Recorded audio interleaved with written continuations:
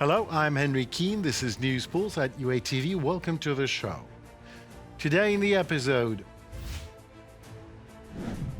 a war in Ukraine now enters a new high-tech phase, as stated by Ukrainian Armed Forces Commander-in-Chief Alexander Syrsky. President Zelensky arrives in Paris to secure a major defense loan, 90 billion United States dollars. EU sees such a loan as a chance to reinforce its own European defense. Sweden has arrested yet another Russia's Shadow Fleet's tanker. Learn the details in an episode and then watch our story, how the world fights Russia's Shadow in general and Shadow Fleet in particular. Ukrainian drones in action. Unmanned aerial vehicles attacked the Laurels chemical plant in Russian region of Kirov. The strikes resulted in damage to the facility's production sites. Preliminary reports indicate that 2 drones hit the plant's ammonia workshop, while another UAV struck the polymer products workshop. Laurels is a major Russian chemical company and one of the leading producers of chemical products in Russia and the broader Eurasian region. Also, unidentified drone attacked Khanskaya airfield in the Republic of Adygea. The airfield is owned by the Russian Ministry of Defense and serves as a military aviation training facility. The war in Ukraine is entering a new technological phase. The Ukrainian Army Commander-in-Chief Alexander Syrsky announces no less than technological breakthrough on the battlefield. According to him, in February, Ukrainian drones strike over 105,000 enemy targets. Syrsky says the key factor for victory is the acceleration of both armament systems production and deployment rates of those. The war has entered a phase where the expansion of so-called kill zones, zones where the enemy just can't survive because of massive drone presence, is a direct consequence of the growing capabilities of the strike UAVs. As a result, Russia is losing the initiative on the battlefield, especially in the southern parts of the front line. The war has entered a new stage. The expansion of the kill zones is a consequence of the growth of the capabilities of strike UAVs. To win this war of technologies, Ukraine needs to increase the pace of development of effective unmanned systems, their procurement for the army and use on the battlefield. Alexander Syrsky, Commander-in-Chief of the Armed Forces of Ukraine, on Telegram. Also, as per Deputy Commander of Ukraine's Air Force Pavlo Yelizarov, up to 50% of Russian drones are currently destroyed near the country's border or along the front line. And that is not even considering the fact Ukraine is developing its own Iron Dome. It will differ from one Israelis have because no doubt Ukrainian territory is 27 times bigger than Israel's is. But once finished, the system is expected to significantly improve Ukraine's ability to counter aerial threats and become a key component of the country's layered air defense. At the moment, we have a clear understanding of all 4 components that will be working as one to raise Ukrainian air defensive dome. Our dome will be different from Israel's because it has to be much larger. In terms of scale, Israel's dome would be just a small spot on ours. Therefore, to fill the spot in with expensive missiles is possible, but to fill Ukrainian dome with missiles like Patriot or Iris is impossible. Ukraine and Romania will jointly manufacture drones with production facilities to be established on Romanian territory. The agreement was already signed during Volodymyr Zelensky's visit to Bucharest. Additionally, the 2 nations concluded a declaration on strategic partnership. Volodymyr Zelensky expressed his gratitude to Romania for its principled stance and unwavering support of Kyiv, noting that Ukraine is currently enduring the worst form of Russian combined terror. Missiles in the sky targeting civilian objects and constant assault on the front lines. Ukrainian President Volodymyr Zelensky also arrived in Paris today on March 13, 2026 for meetings with President Emmanuel Macron to discuss crucial security and financial support. On the backdrop of the European Union attempts to finalize a 90 billion euros aid package for Ukraine for 2026-27, President of Ukraine Volodymyr Zelensky arrives in Paris. This visit marking Zelensky's 11th to France since the full-scale invasion in 2022 comes amidst ongoing efforts to secure long-term European financing for Ukraine's defense.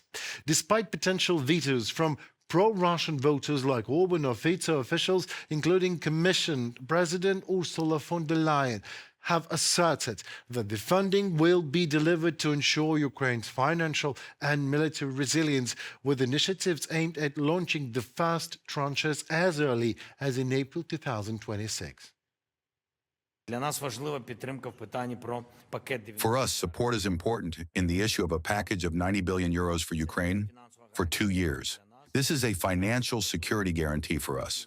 And now, before the meeting of European leaders in Brussels next week, we are coordinating our positions to reach an agreement to release the funds.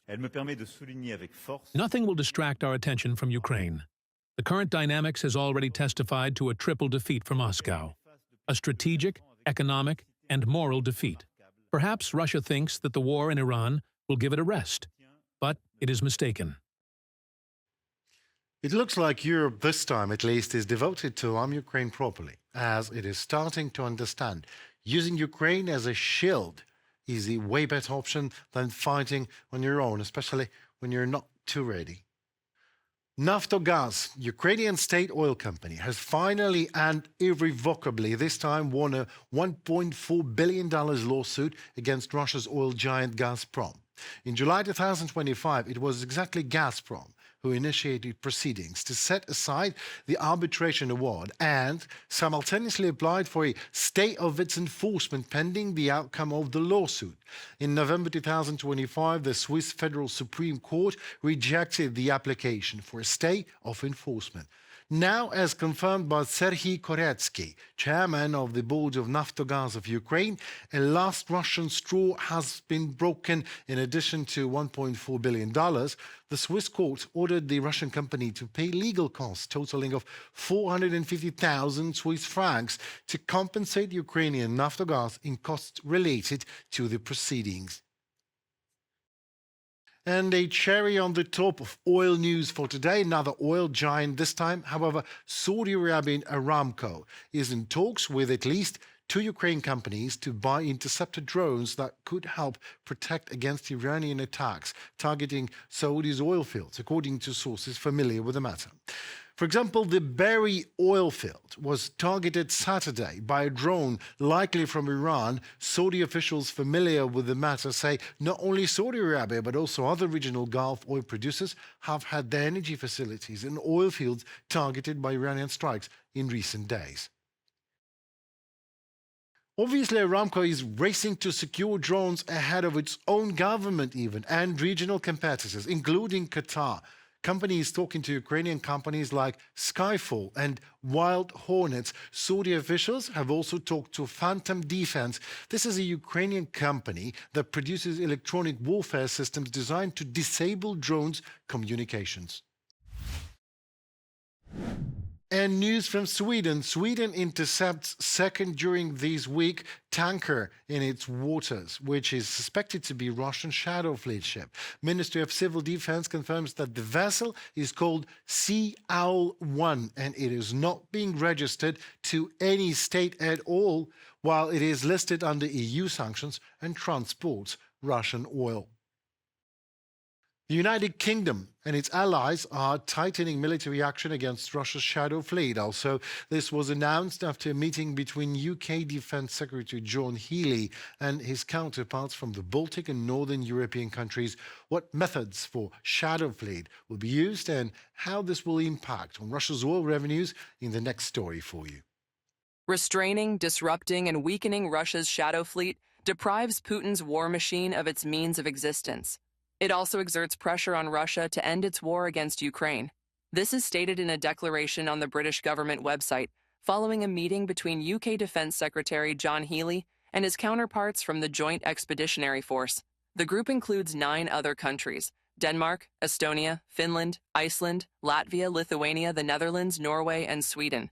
The United Kingdom and its allies will continue to strengthen military and law enforcement cooperation in the fight against shadow shipping, emphasized the head of the British Defense Ministry. As we enter the 5th year of Putin's illegal war in Ukraine, we're stepping up the pressure on Putin by choking off the funds that fuel his invasion and targeting Shadow Fleet vessels. I'm proud of the UK's leading role in the Joint Expeditionary Force as we step up together to tackle the threats we face in this new era for defense. John Healey, Secretary of State for Defense of the United Kingdom, on the British government website. Under British sanctions are already 544 vessels of Russia's Shadow Fleet, and this pressure is bearing fruit. The UK Defense Secretary is convinced. In particular, Russia's critically important oil revenues fell by 27% compared to October 2024, the lowest level since the beginning of the war against Ukraine. And this demonstrates the real impact of coordinated international actions on the Kremlin's ability to finance its aggression, noted the British ministry.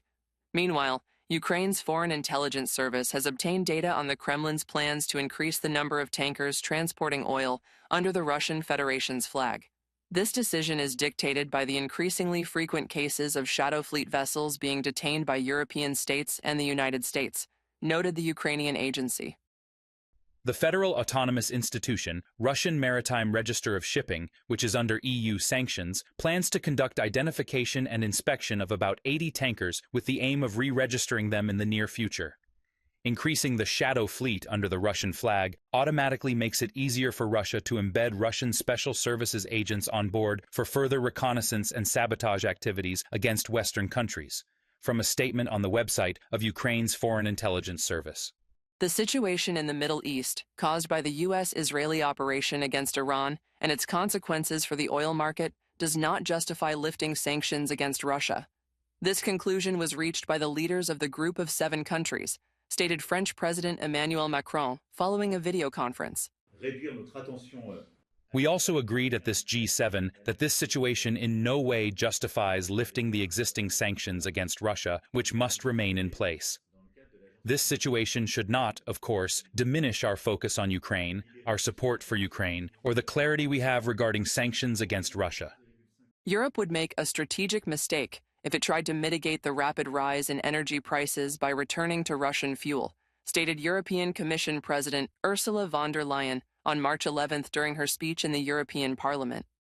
Fact is, we have energy sources that are homegrown, renewables and nuclear. Their prices have remained the same over the last 10 days.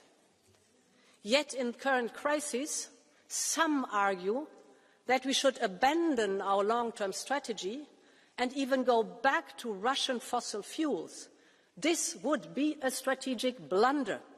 It would make us more dependent, more vulnerable and weaker. Due to Western sanctions, Russia's revenues from oil sales have collapsed to a record low since the beginning of the full-scale invasion of Ukraine, reports Bloomberg. We are talking about losses of $1.5 billion in February alone. Overall oil exports fell by 850,000 barrels per day. In addition, strikes by Ukraine's defense forces on Russian oil infrastructure and fuel plants reduced oil refining volumes by approximately 300,000 barrels per day, notes the agency. Reported by Kristina Dombrovska, UATV News. Well, it seems to be it for today and for this week. My name is Henry Keane. Thank you so very much for trusting us with your time. We much appreciate it. Hope you'll stay for another week and leave a like and a comment and even a subscription to our channel, maybe thus staying tuned to what tomorrow holds for Ukraine and the world. UATV will be there to keep you posted. Trust me on this and stay safe and tuned for more. See you next week. Goodbye.